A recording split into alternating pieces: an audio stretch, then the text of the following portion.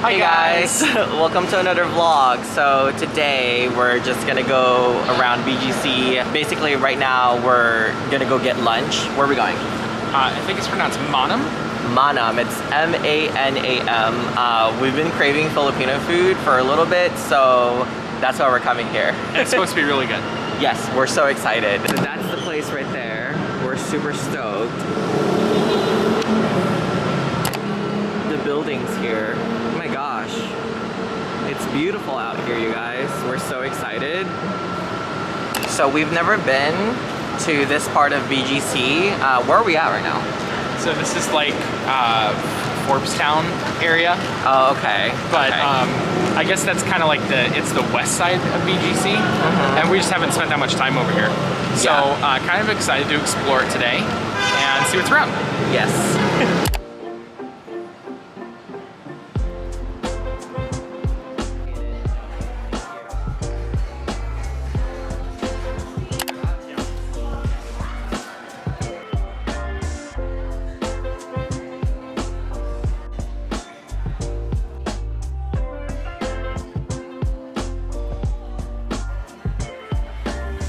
So our food just got here, and I want to tell you about it, but I'm going to do my best because it smells so good. And it's like wafting into my nose right now. Yes. So we got some fresh lumpiang ubad.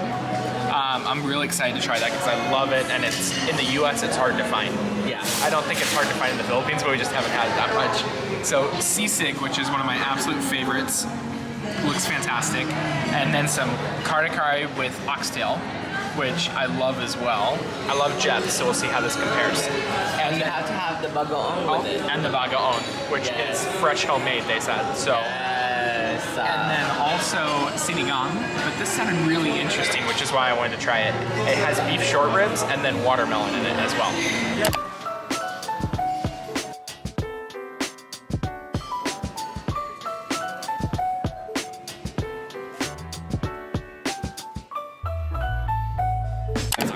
You want to try again? The sisig first. Okay. Alright, ready? That's so good. What is this again? It's a mango, pomelo, and sago fruit shake. Ooh. Wow. That's actually really good.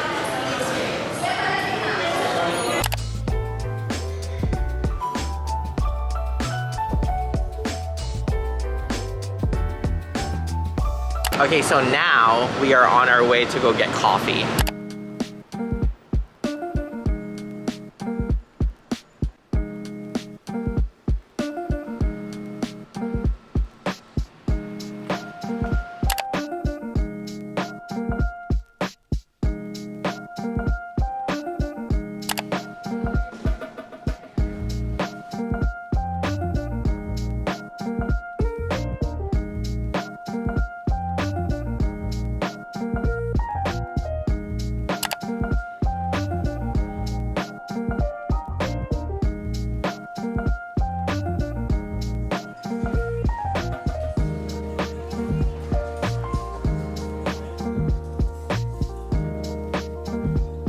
Okay, so we got our coffees. What'd you get? A vanilla latte. I got a cold brew with just milk. It's really good. So I love this place called Elephant Grounds right here. And it's right on High Street, right next to the One Bonifacio High Street Mall. Yeah, it's terrific, you guys. Like, if you want to come check it out, it's super aesthetic, it's super great. We love it here so much. But we're outside, so we can talk to you guys, and you can hear us better. So we're not screaming inside. Right. That was actually his idea. Yeah. Even though we're in like the sun, but it's a little cloudy today, which is nice. Yeah, it's not too sunny. It's like it's bright. It's bright, but it's like kind of shaded. Hey guys, so we're back. Hi. We ended up moving spots. It was a little bright and sunny where we were. It was like actually super warm. I was getting a little warm. So we moved because we had basically done everything we wanted to do in our 20s that we had set out to do. We had bought a house, we had both advanced in our careers, we had both gone back to school, And to us, and everyone's different because everyone has different like, you know, desires in life and different things that make them move and whatnot. For us, life just became a little stagnant with like where we were and. But don't get us wrong, you guys. Like, we had a phenomenal life back in the United States. It just happened that we achieved most of our dreams and like our goals in such a small period of time. Does that make sense? I became an adjunct professor at the college that, you know, I've always wanted to teach at, and Ryan basically got up to like a well-respected position at his job in finance, right? So we decided that it was time for us to kind of like spread our wings and, you know, possibly move somewhere else. Not necessarily a different country. Yeah, I mean, originally we thought we were going to move to New York. Yeah, New York City. We even looked up apartments in Los Angeles. It was just like something was missing, you know? Yeah, so we thought basically your late 20s, early 30s is like fantastic time to kind of explore different things. You know, you're still... Oh my gosh, we even considered Hawaii. We did, yeah, we talked about that for a while. Especially when we visited it, and I was like, oh, I want to live here. Yeah. So I think like, you know, your late 20s, early 30s is actually a good time to like explore because you're typically you've kind of worked for a couple years, so hopefully you have a little money saved. Yeah. But you're still young enough that you can kind of make mistakes in life and take risks. And in our case, we can't really biologically reproduce, so we don't have any kids, you know what I mean? We're on a biological time clock. Yeah, nothing like that, you know? So that's why we decided, like, it's time for us to try something different, like moving to a new country. But why the Philippines exactly? I feel like we've gotten a lot of, like, DMs on, like, Instagram or, like, when we post, like, Ask Me Anything kind of, like, posts. People are like, why the Philippines, you know?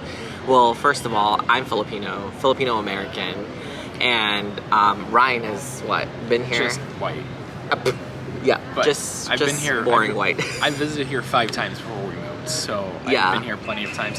I think the reason why the Philippines is, to be just totally honest, it's like we wanted to take like a dive into the pool, but this is a shallow pool in a way. It's a very shallow pool. Because we had already been here.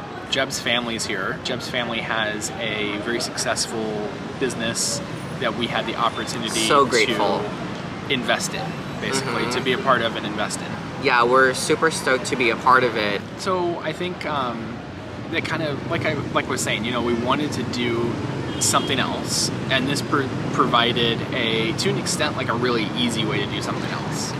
Yeah, so somehow this is like kind of still, we have like our floaters on, you know, like when... So what's interesting about it is even with kind of a smoother transition, I think, than what would have been if we moved to, I don't know, Argentina or something like that, because we do have like other things going on. Yeah. There's still been a big amount of like culture shocks and things that are different and adjustments. Yeah. And that was our last video.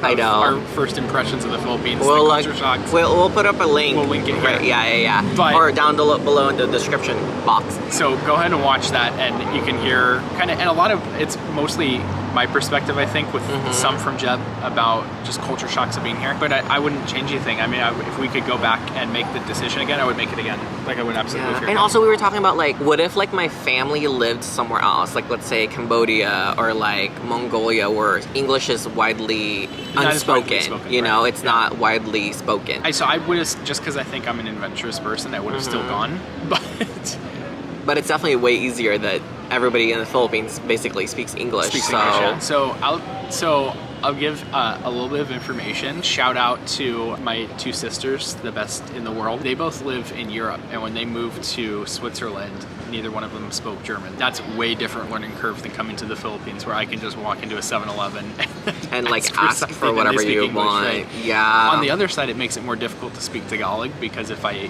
like try to speak Tagalog, everyone just kind of looks at me and then responds in English. So, because you took some Tagalog classes. I did, yeah. Through Rosetta Stone. Yeah. So, and I understand significantly more than I can speak. So if it's spoken, I tend to pick up like what's being talked about. It's rare, and you know this, it's rare that because I will say sometimes I'll be like, okay, fill me in, I'm completely lost. But that's not every single time, you know? I pick up a lot. So if I was like moving to a different country, like, you know, Switzerland or Germany, and then I had to learn German, it would be vastly different. No, absolutely. So So once again, you know, my family being here in the Philippines, we are so like blessed to have them be here in the Philippines and not like somewhere else where English isn't spoken as much. Right. And hats off to those people that do go to countries like that they don't speak the primary language. I don't think we are as brave to move somewhere like that. I mean, we would absolutely visit. So I would say when we lived in the US, we weren't as brave.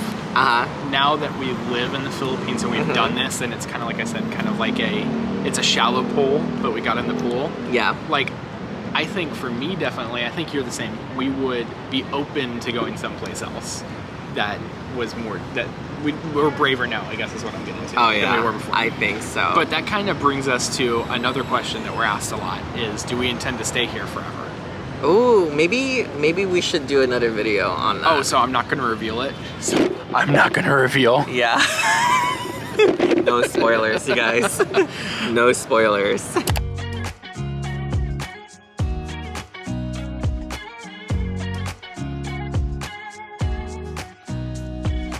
Nobody told me to settle down. Day nights and late nights don't kid around. But there's something about you I like.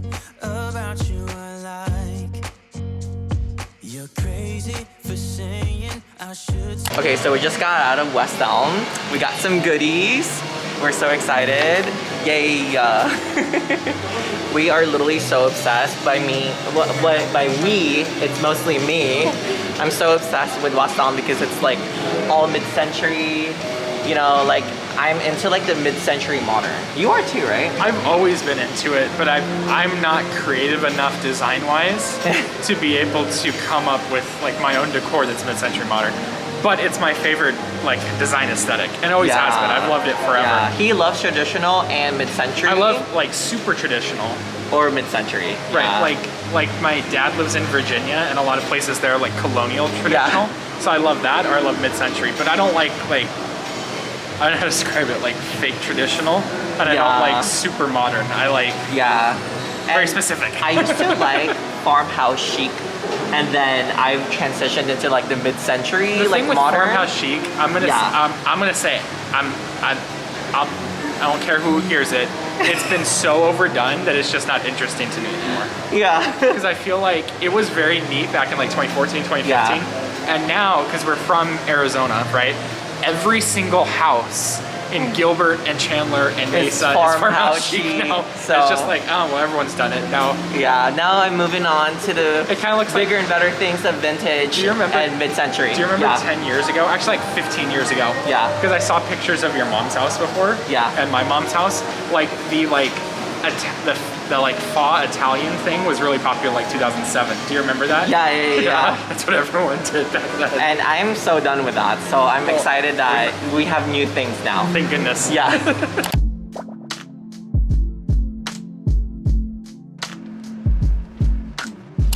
Round two.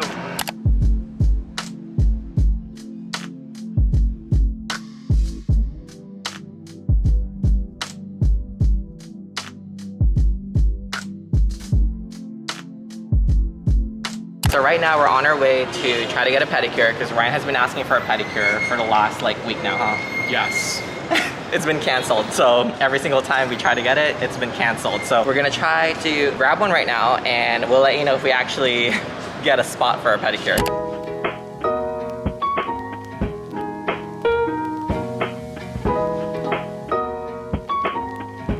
Yes, we get this private room, huh? It's a private room. So cute. So nice.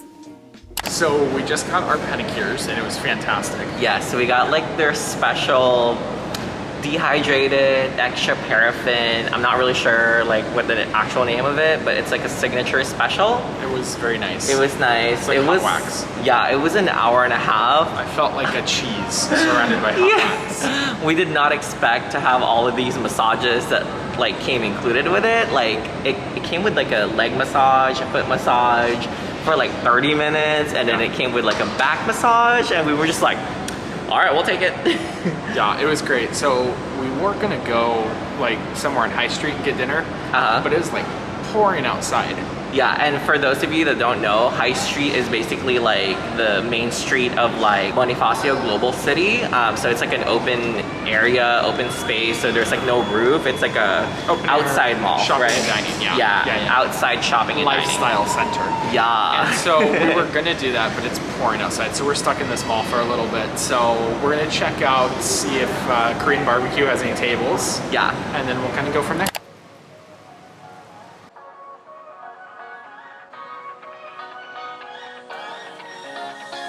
I don't wanna stay here, no.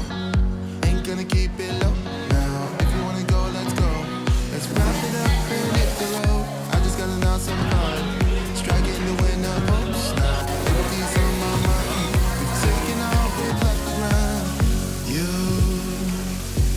You gotta understand that we get one chance, one chance. So we just stuffed our faces with so much good food. It was so good, you guys. But I'm so stuffed right now. I know, actually like almost uncomfortably full. We took our dessert to go. I know, that's how stuffed we were. It came with like the set menu. Uh-huh. But it came with the set menu. I'm not going to deny dessert. I don't know what it is, but I was like, pack it to go, please. I know, seriously. Now I think we're just going to check out 1 or 2 more stores. Hopefully it stopped raining. And I think that's it for the day. I'm exhausted. We had a lot of stuff today. I'm ready to just go chill, watch some TV, watch some vlog, have our dessert on the couch, right? Well, thank you guys so much for watching this video. Hopefully you liked this vlog. So if you did like it, make sure you give us a thumbs up. And if you haven't subscribed yet, hit the subscribe button and the notification bell. Ding! So you're notified every time we post a new vlog, hopefully 1 to 2 times a week. At least once, hopefully twice. So. Yes. All right, we'll see you guys next time. Thank you. Bye. Bye-bye.